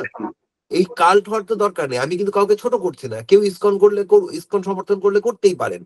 হ্যাঁ, ইসকনও করতে পারে, হেফাজতও করতে পারে, যেটা খুশি। আমি কিন্তু ইসকন আর না আমি আবার ইসকনের হেফাজতকে কিন্তু একই পাল্লায় দেখবো না, কারণ হেফাজতের দার্শনিক জায়গাটি আর ইসকনের দার্শনিক জায়গাটি আলাদা। হ্যাঁ, হেফাজত কিন্তু একটা জিনিস মনে রাখতে হবে যে হেফাজত তাদের ইস্যুতে আছে, তাদের বিভিন্ন জায়গা থেকে প্ল্যাটফর্মে আছে, আর ইসকন যে জায়গাটি তৈরি করেছে সেটি একদম আলাদা। এই দুটো একটু আমরা আলাদাই রাখি। তবে আমরা এটাও বলতে পারি যে যার ভাবনা, এই নিয়ে আমরা এই নিয়ে পরে আলাপ করি, মানে আজকে আমাদের বিষয়। হ্যাঁ, এক্স্যাক্টলি, এই আলাপটা আজকে থাক। কিন্তু ইসকন কখনোই বাংলাদেশে হিন্দুত্বের প্রতিনিধিত্ব করে না। আমি জানি না পৃথিবীর কোথাও করে কিনা। ইসকন ভালো রান্না বান্না করে, আমি আবারও বলছি, ওদের এই মানে কিছু খাবার দাবার আছে এগুলো ভালো খেতে, ওই জায়গায় তাদেরকে বরং কুকিং এর জায়গায় তাদেরকে একটা ধন্যবাদ দেওয়া যায়। কিন্তু কৃষ্ণ টাকা দিয়ে তো খাবো, আমি কেন ভাই বিনা পয়সায় খাবো? দরকার তো নাই, কিনে খাবো। হ্যাঁ, ওদের একটা কিচেন আছে, এর আগে একবার অনলাইন অর্ডার দিয়ে আমি কিনেছিলাম খাবার, এর আগে ভালোই বানায়। হ্যাঁ, আমরা আলোচনার একেবারে শেষের দিকে চলে এসেছি। আমি দীপকদাকে একটা প্রশ্ন করব এবং অঞ্জনদাকে আরেকটা প্রশ্ন করবো, করে আলোচনার আজকের ইতি টানতে হবে। সেটা হচ্ছে যে আপনারা এই মুহূর্তে গণ অভ্যুত্থান হয়েছে এবং গণ অভ্যুত্থানের পরে যে কোনো জায়গায় বিপ্লব পরবর্তী কিছু অস্থিরতা থাকে, সেই জায়গা থেকে যদি দেখি, হ্যাঁ একদমই, এই মুহূর্তে আপনারা যে প্রোপাগান্ডা চারিদিকে চলছে এবং সাম্প্রদায়িক বিভাজন হানাহানি চেষ্টা চলছে, এই জায়গা থেকে আপনারা বাংলাদেশের নাগরিক হিসেবে আপনি যে ধর্মীয় পরিচিতিতে আপনার পরিবারকে কেন্দ্র করে যে ধর্মীয় পরিচিতি ওন করেন, সেই জায়গা থেকে আপনার জনগোষ্ঠীর মানুষ বা বৃহত্তর বাংলাদেশের সাধারণ মানুষের সঙ্গে কাজ করা, কি ধরনের কাজ করবেন বলে সম্প্রীতি ঐক্য বজায় থাকেন, আপনারা কি করছেন? মানে আপনি একজন যেহেতু সমাজকর্মী, সেই জায়গা থেকে প্রশ্নটা করছেন। আসলে প্রথমেই আপনি যখন পরিচয় দিয়েছেন আমি আর সেটা অপোজ করি নাই। 5ই আগস্টের আগে পরে বিভিন্ন কর্মকাণ্ডে হয়তো আপনাদের কাছে পরিচিতিটা এরকম মানে চলে গেছে, সোশ্যাল অ্যাক্টিভিস্ট বা লেখালেখির কাজটাই হয়তো আমার মুখ্য। আমি আসলে একজন অভিনেতা এবং নাট্য নির্দেশক, এটা আমার মূল কাজ। এবং দীর্ঘকাল ফ্যাসিলিজমের সময় 8 বছর 10 বছর ধরে আমাকে এই কাজগুলিতে প্রায় অলিখিত কালো তালিকা করে এই কাজগুলি আমাকে করতেই দেওয়া হয়নি অনেকটাই। শিল্পকলায় রাষ্ট্রদ্রোহের চিঠি, সরাসরি লিখিত চিঠি দেওয়া হয়েছিল 2016 সালে, যে আমার সুন্দরবন নিয়ে থিয়েট্রিক্যাল বাহাসরা রাষ্ট্র।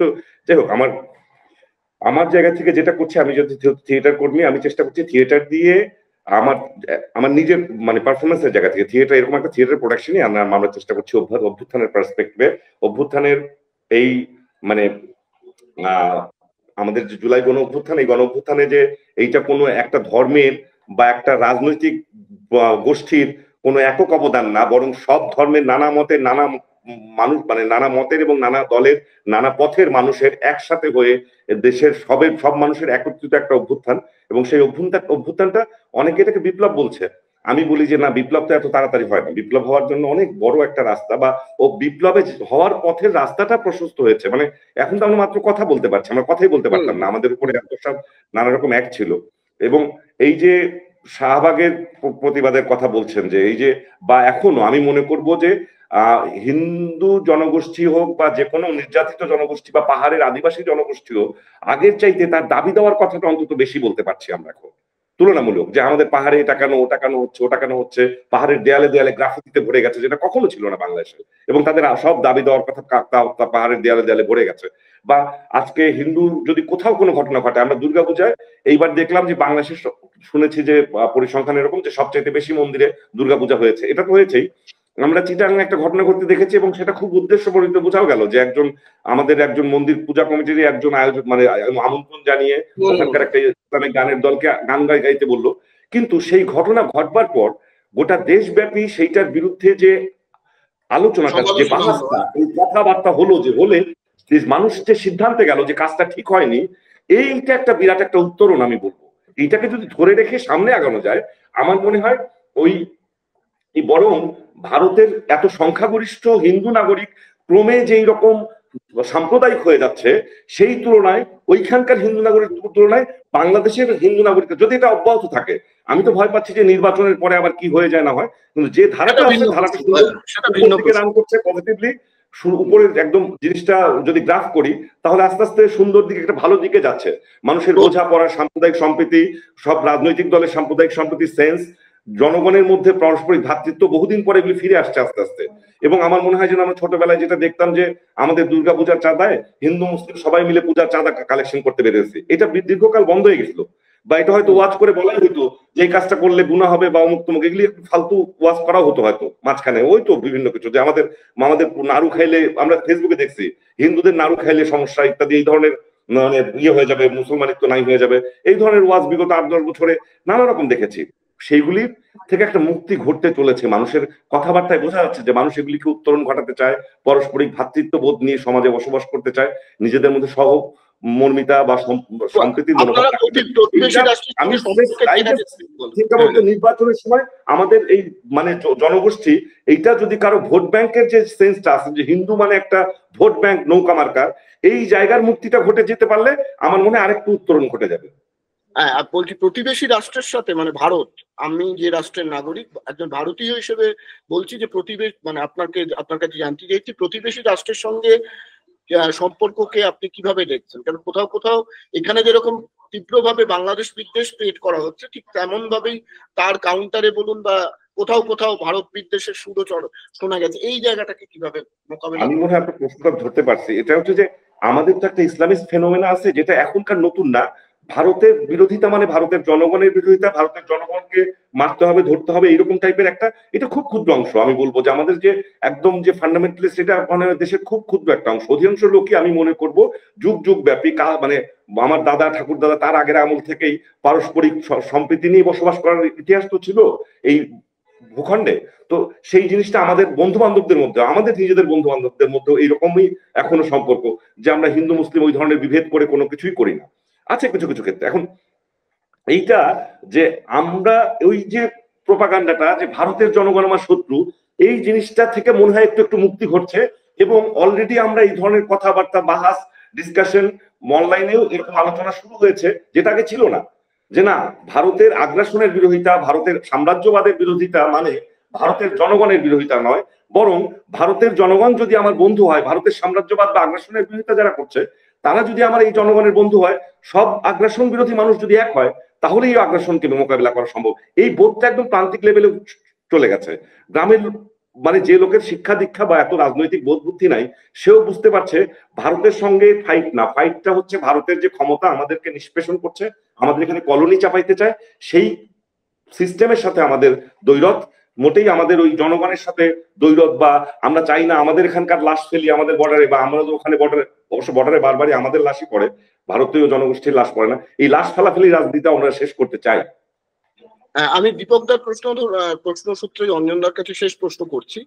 সেটা হচ্ছে যে দীপকদার কথার মধ্যে এই সম্প্রসারণবাদ, সাম্রাজ্যবাদ, এই যে শব্দগুলো উঠে এলো, এবং এই কথা এখানেও বলা হচ্ছে বারবারই, যে মানে এইখানে বলা হচ্ছে, মানে উল্টোটা বলা হচ্ছে যে 71-এ যারা আমরা হচ্ছে তোমাদের মুক্তিযুদ্ধে সমর্থন দিলাম, তো সেখানে তোমরা কেন আমাদের সম্প্রসারণ এইসব শব্দগুলো বলছো।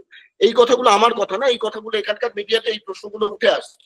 তো আমি সেইটা আরেকটু আপনি একজন বয়োজ্যেষ্ঠ মানুষ হিসেবে এই বিষয়টা আপনার থেকে জানতে চাইছি যে কিভাবে মানে এই সম্প্রসারণ বা 71-এ আপনার বাংলাদেশের পাশে দাঁড়ানো, হ্যাঁ, এই পুরো বিষয়টা আজকে আপনি কিভাবে দেখছেন, মানে এই বিষয়টা নিয়ে যদি বলেন।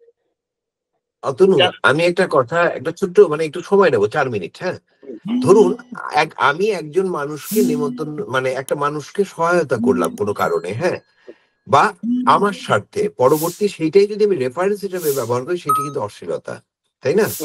এবং 71-এ ভারতের রাষ্ট্র ক্ষমতায় কিন্তু বিজেপি ছিলেন না। নরেন্দ্র দামোদর মোদী তিনিও কিন্তু তখন খুব বড় কোনো ফ্যাক্টর ছিলেন না। 71-এ ভারতের রাষ্ট্র ক্ষমতায় ছিলেন কংগ্রেস। শ্রীমতী ইন্দিরা গান্ধীর একটি ভূমিকার কথা আমরা জানি। মোদীকে তখন কেউ চিনতই না।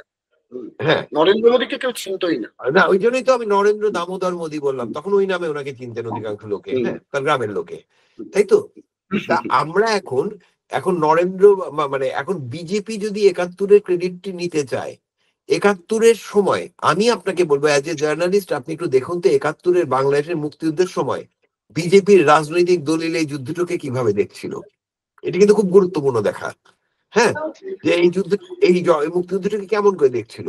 আর শুধুমাত্র কৃপা করুণা করে ভারত বাংলাদেশের স্বাধীনতার জন্য পাশে দাঁড়ায়নি। এখানে পাকিস্তানের বিচ্ছিন্নতা ভারতের মানে স্বস্তির জন্য খুব জরুরি ছিল, এটিও কিন্তু আমাদের মাথায় রাখতে হবে। আর ভারতে 1 কোটি শরণার্থীকে আমাদের আশ্রয় দিয়েছেন ভারত, খুব ভালো কথা।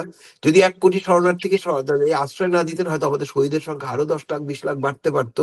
হ্যাঁ, ভালো কথা, এদের কেউ কেউ মান করতে পারত। একটা জিনিস আমি অ্যাড করি, যে পৃথিবীর সব জনগণ যে আমরা ফিলিস্তিনের লোকের স্বাধীনতার পক্ষে দাঁড়াচ্ছি, ফিলিস্তিন যদি সত্যিই স্বাধীন হয়, আমরা কে কি চাই ফিলিস্তিনের কাছ থেকে, কি চাই তার বিনিময়? একদম তাই। ভারত কারো স্বাধীনতার পক্ষে দাঁড়ানোর জন্য তার কাছ থেকে কি নিতে হয়? বাংলাদেশের মুক্তিযুদ্ধের সময় ভারত আমাদেরকে সহায়তা করেছে, এই জন্য আমরা কৃতজ্ঞ। কিন্তু তার মানে আমার সুন্দরবনের রামপাল বিদ্যুৎ প্রকল্প না, তার মানে আদানিকে আমার বিদ্যুৎ বেশি দামে দেওয়া না, তার মানে আমার ওই যা খুশি তাই যথেচ্ছ তার গালাগালি শোনা 2-4 জন সস্তা 2 টাকার হোস্টের ভারতীয় টকশোর নয়। 14 বছর 12 বছর টকশো লাইভ হোস্ট করে এসেছি বাংলা ভাষায়, সেই রেকর্ডটি কিন্তু আর কারণ নাই, সুমন বলতে পারবেন ভালো। আমি কখনো কোনো হোস্ট দেখিনি যে মঞ্চের এ মাথা থেকে ও মাথা উন্মাদের মতো দৌড়াচ্ছে আর বাংলাদেশ আর নেই, থাকছে না। তা তুই বাবা, আমি বলছি আপনার মাধ্যমে, অতনু, আমি জানি না এই ভদ্রলোককে আপনি চেনেন কিনা, ময়ূককে বলবেন যে উনি যদি সৎ সাহসী হন, উনি আমার সাথে 1 ঘন্টা একটা টক শো করুক, ওনার শোতে আমি অতিথি হতে চাই, ওনার কথার উত্তর আমি দিতে প্রস্তুত। অঞ্জন দা, আরেকটি বিষয়, সেটা হচ্ছে আরেকটা মেসেজ শেষ হয়নি, আমি বলে শেষ করিনি। হ্যাঁ, যে মুক্তিযুদ্ধটি ছিল বাংলাদেশের মানুষের যুদ্ধ, মানুষ যুদ্ধ করেছে, ভারত আমাদের সহায়তা করেছে, আমরা কৃতজ্ঞ। কিন্তু মুক্তিযুদ্ধ মানে কিন্তু ভারতের কোনো দান ভিক্ষা নয়। আর আমার মুক্তিযুদ্ধের জন্য আমি কৃতজ্ঞ ভারতের পশ্চিমবঙ্গের কাছে, আমি কৃতজ্ঞ ত্রিপুরার কাছে, আসামের মানুষের কাছে। কারণ ওই যেহেতু ভারতের স্থানীয় মানে এক ধরনের আঞ্চলিক শাসন রয়েছে, এই অঞ্চলের যারা তৎকালীন রাষ্ট্র পরিচালনা করেছেন বা এই প্রদেশগুলোর দায়িত্বে নির্বাচিত ছিলেন, তারা যদি সহায়তা না করতেন, তাহলে সেন্ট্রাল গভর্নমেন্টের পক্ষে কিন্তু খুব বেশি কিছু করা সম্ভব ছিল না। আর এটি কিন্তু বাংলাদেশের মুক্তিযুদ্ধ মানে 30 লাখ শহীদের লাশ, এটি কোনো ছুড়ে দেওয়া পাউরুটি না যে কথায় কথা শুভেন্দু বাবু বলবেন যে আমরা স্বাধীন করে দিয়েছি, ওরা স্বাধীন হওয়ার পরে এখন মানছে না, তো ওনাকে স্বাধীন উচ্চারণটা আগে শিখতে হবে, স্বাধীন না, ওটা স্বাধীন। হ্যাঁ, তারপরে কথা বলতে হবে। এবং আমি ভারতের জনগণের প্রতি কৃতজ্ঞ, কারণ এই ভারতের জনগণ মানে আমার কাছে অরুন্ধতী রায়, এই জনগণ মানে আমার কাছে সর্দার হাসিন, এই জনগণ মানে আমার কাছে পবিত্র, তাদের কাছে আমরা কৃতজ্ঞ। আর ভারতের রাজনীতিবিদ যে অমিত শাহ আমাদের নাগরিকদের উইপোকা বলেন, তার কাছে আমার কৃতজ্ঞতার কিছু নেই। অমিত শাহরা বরং আমার কাছে মনে হয় বাংলাদেশে একটি মানে অসহিষ্ণু পরিবেশ থাকলে তাদের ভোটের সুবিধা হয়, তারা ভোটের রাজনীতি করছেন আমাদের স্কেপগোট বানিয়ে। হ্যাঁ, খুব একটা খুব প্রাসঙ্গিক একটা প্রশ্ন মাথায় এলো, সেটা হচ্ছে যে পশ্চিমবঙ্গের বা ভারতের একটা এই ন্যারেটিভও সমানে চালু আছে, বিশেষত আওয়ামী লীগের পতনের পর থেকে আরো বেশি করে, যে আওয়ামী লীগ চলে যাওয়া মানে মুক্তিযুদ্ধের চেতনা সম্পূর্ণরূপে তা বিনষ্ট হয়ে যাওয়া, মুক্তিযুদ্ধের যে গর্ব, যে মহিমা, তাকে ধ্বংস করে দেওয়া। এখানে নতুন করে পাকিস্তানি রাজাকার হেনা তেনা, যেই রাজাকার শব্দ নিয়ে বাংলাদেশে যারা এই গণঅভ্যুত্থানের মধ্যে অংশ নিলেন, রাজাকার শব্দটির জন্য সেখানে তীব্র উত্তেজনা এবং বাহাস তৈরি হলো, হ্যাঁ, রাজনৈতিক সংগ্রাম হলো।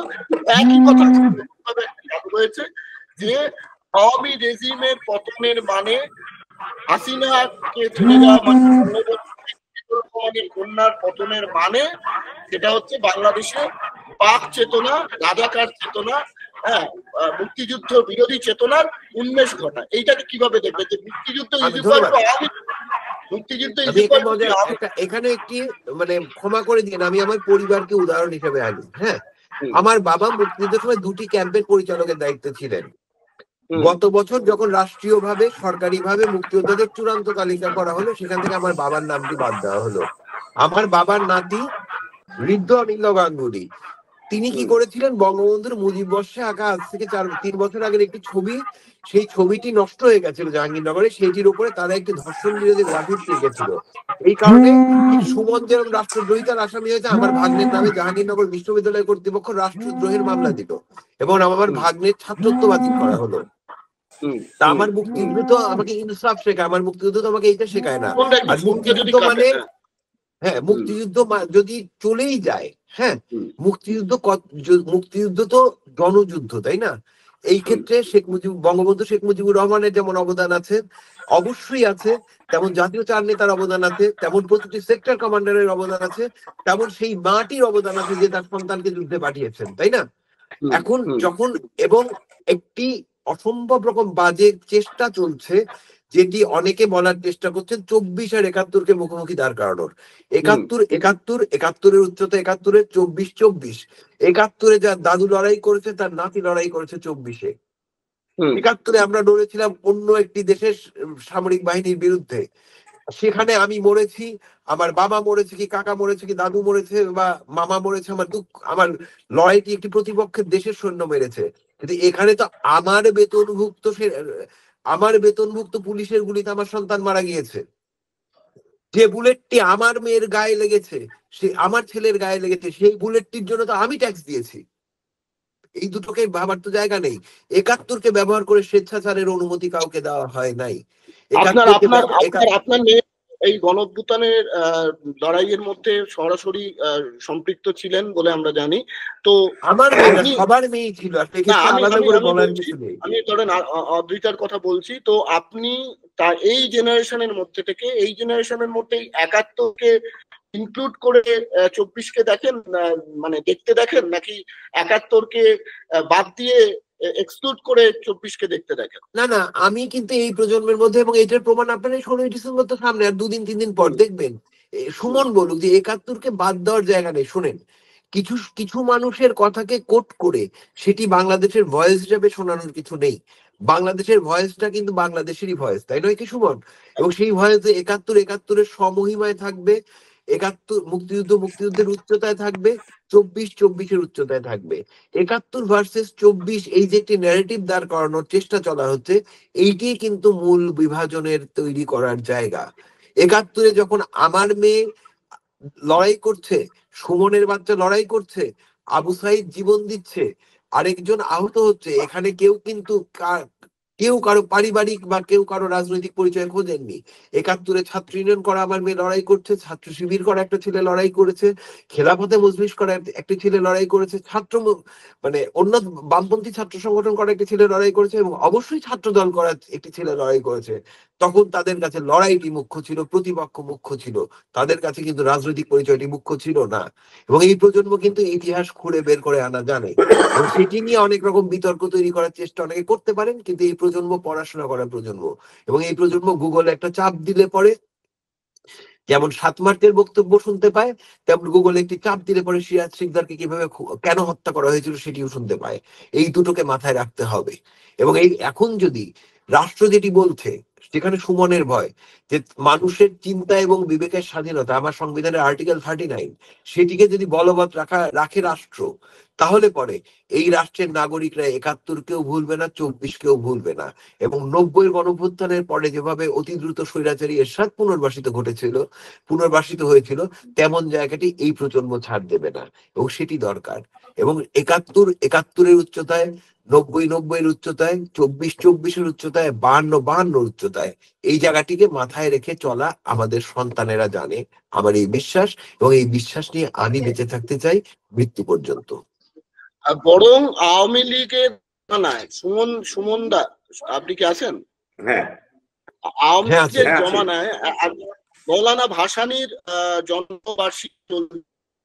আওয়ামী লীগ জমানায় মৌলানা ভাসানী সহ জাতীয় চার বহু জনের অবদান কোথাও কোথাও অস্বীকার হতে, মানে আমি বাংলাদেশের ইতিহাস পড়া বা বাংলাদেশের মানুষের সঙ্গে আমার ব্যক্তিগত সম্পর্কের জায়গা থেকে মন্তব্য করে, সাংবাদিক হিসেবে মন্তব্য করা উচিত না, তারপরেও বলছি কোথাও কোথাও আওয়ামী লীগের মৌলানা ভাসানী একজন এত বড় নেতা, যার ব্রিটিশ সাম্রাজ্যবাদের বিরুদ্ধে লড়াই করা থেকে শুরু করে বিরুদ্ধে লড়াই করা, এবং তারপরে বাকশালের মতো যেখানে তার নিজের কমরেডের বিরুদ্ধে তাকে দাঁড়াতে হচ্ছে, যাকে তিনি তৈরি করেছিলেন, মানে শেখ মুজিবুর রহমান। তো কোথাও কোথাও আওয়ামী লীগ মুক্তিযুদ্ধের স্থপনের কোথাও কোথাও ডিজোন করেনি কি? এটা আমি সুমনদাকে বলছি। আওয়ামী লীগ কিন্তু আপনি এই যে মৌলানা ভাসানীর কথা বলছেন, আওয়ামী লীগের প্রথম সভাপতি ছিলেন কিন্তু মৌলানা ভাসানী। কিন্তু আওয়ামী লীগের আপনি আরেকটু পেছনে হাঁটেন, আওয়ামী মুসলিম লীগ এবং মুসলিম লীগ, মানে এইটার আমি ওই জায়গা থেকে অনেকটাই দেখি যে ওই মুসলিম লীগ থেকে যে শুরু, তো কিছু কিছু তো থেকেই যায়। মুসলিম লীগ পরে যখন আওয়ামী মুসলিম লীগ হয়, কিছু মুসলিম লীগ তো থেকেই যায়। আওয়ামী মুসলিম লীগ থেকে যখন আওয়ামী লীগ হয়, কিছু আওয়ামী মুসলিম লীগ তো ভিতর থেকেই যায় কালে কালে। এবং আমরা একটা খন্দকার মুস্তাক পর্যন্ত দেখেছি। আপনি তো মাওলানা ভাসানীর কথা বলছেন, পার্টির ভেতরে অত বড় একজন লিডার তাজউদ্দিন আহমেদ, তাকে আমরা তখন সোহেল তাজের বক্তব্য শুনছি যে তাকে কিভাবে একদম পুরোপুরি মানে ইতিহাস থেকে নাই করে দেবার চেষ্টা আওয়ামী লীগ নিজে করেছে, ইতিহাস থেকে নাই করে দেবার চেষ্টা করেছে।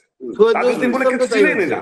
আমাদের অস্থায়ী সরকার যেটা গঠিত হয়েছিল, সেই সরকারের কথা 10ই এপ্রিলকে কোনোভাবেই আওয়ামী লীগ কোন জায়গায় কোন রেকগনিশন দিয়েছিল?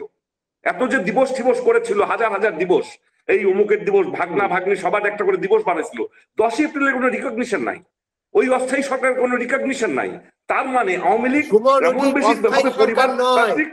সুমন, ওটি প্রথম সরকার, অস্থায়ী সরকার নয়। প্রথম সরকার নাই, বাংলাদেশের প্রথম সরকার, বাংলাদেশের প্রথম সরকার ওইটা। এই কথাটাই কোথায় লেখা আছে? বাংলাদেশের মানুষের ইতিহাসটা কি তো জানছে? প্রথম রাষ্ট্রপতিকে, প্রথম প্রধানমন্ত্রীকে, প্রথম সরকার কোনটা? মানুষকে তো এই জিনিসটাও জানতে দেওয়া হয় নাই, অনেকভাবে জানতে দেওয়াই হয়নি। তো নিজের পার্টির লোকদের কি যারা নাই করে দিছে, তারা ওই আগের যে মানে মৌলানা ভাসানী তো যুক্তফ্রন্ট যখন মানে ন্যাপ যখন করেছেন, তখন তো স্পষ্ট বিভক্তি শুরু হয়ে গেছে আওয়ামী লীগের সঙ্গে। আমি একটু ইন্টারাপ্ট করি। এর ভিতরে ধরুন গত আওয়ামী রেজিমেই কিন্তু মুজিবনগর সরকারের দুজন উপদেষ্টা প্রয়াত হয়েছেন, আমি যদি ভুল না করি, জনাব মোজাফফর আহমেদ এবং মোজাফফর আহমেদ প্রয়াত হয়েছেন। হ্যাঁ, তা মোজাফফর আহমেদের মৃত্যুতে কতটুকু আওয়ামী লীগকে আমরা শোক করতে দেখেছি? কমরেড মণি সিংহ তো মুজিবনগর সরকারের উপদেষ্টা ছিলেন, তার স্মরণে তার জন্য কতটুকু করা হয়েছে?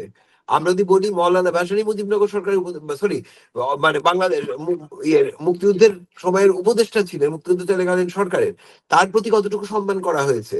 সম্মান না দিলে সম্মান আসে না। এবং আমরা যদি হিসাব করে দেখি, আমরাও কিন্তু ব্যবহৃত হয়েছি, কারণ আমরা যে জায়গাটিতে আমার সুমনের আবেগের জায়গা, সেই আবেগের জায়গাটিও একটি সময় আমরা বুঝেছি যে আমি যেখানে আবেগে ছিলাম, সেইখানে আসলে আমার আবেগকে পুঁজি করে কেউ না কেউ একজন ক্ষমতার চর্চা করেছে। সেই রোদ্দুর রায়ের কথা, আমি তোমাদের খুঁজিনি প্রেম, তুমি আমাদের খুঁজিলে ক্ষমতা, আমি রোদ্দুরকেই কোট করলাম।